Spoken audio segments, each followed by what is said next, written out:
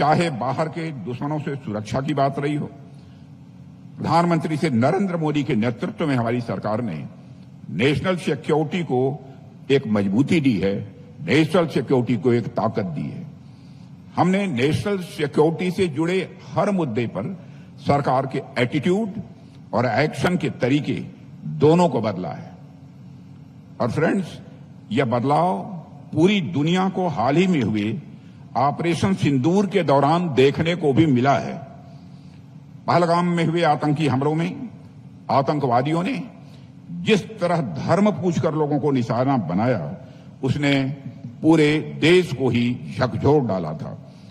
वह हमला सिर्फ हमारे लोगों पर नहीं था, वह भारत की सोशल यूनिटी और सोशल फैब्रिक पर किया गया एक बहुत बड़ा हमला था।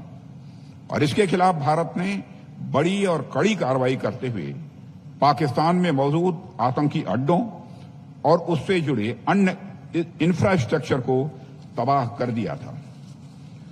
यदि मैं यहां सिर्फ आतंकवाद की बात करूं तो आप याद कीजिए, जब कांग्रेस लेड यूपीए गवर्नमेंट का शासन था तो कैसे हालात थे।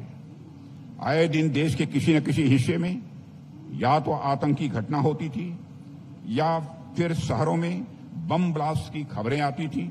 और उस समय सरकार का रिस्पांस क्या होता था? मोटे मोटे डोजियर सौंपे जाते थे जिन पर कोई एक्शन भी नहीं लिया जाता था।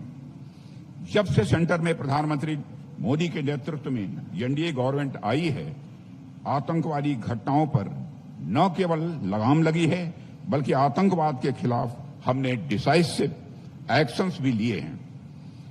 चाहे उरी अटैक के बाद हुई सर्जिकल स्ट्राइक हो, पुलवामा के बाद हुई एयर स्ट्राइक हो, या अभी पहलगाम की घटना के बाद किया गया ऑपरेशन सिंदूर हो, हमने आतंकवाद के खिलाफ एक जबरदस्त प्रहार किया है और उसमें हमें कामयाबी भी हासिल की।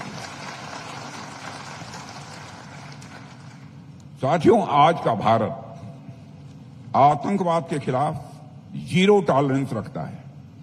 वह इसके खिलाफ सरहद के इस पार और जरूरत पड़ी तो सरहद के उस पार भी वो अपनी कार्रवाई करने में पीछे नहीं रहता है।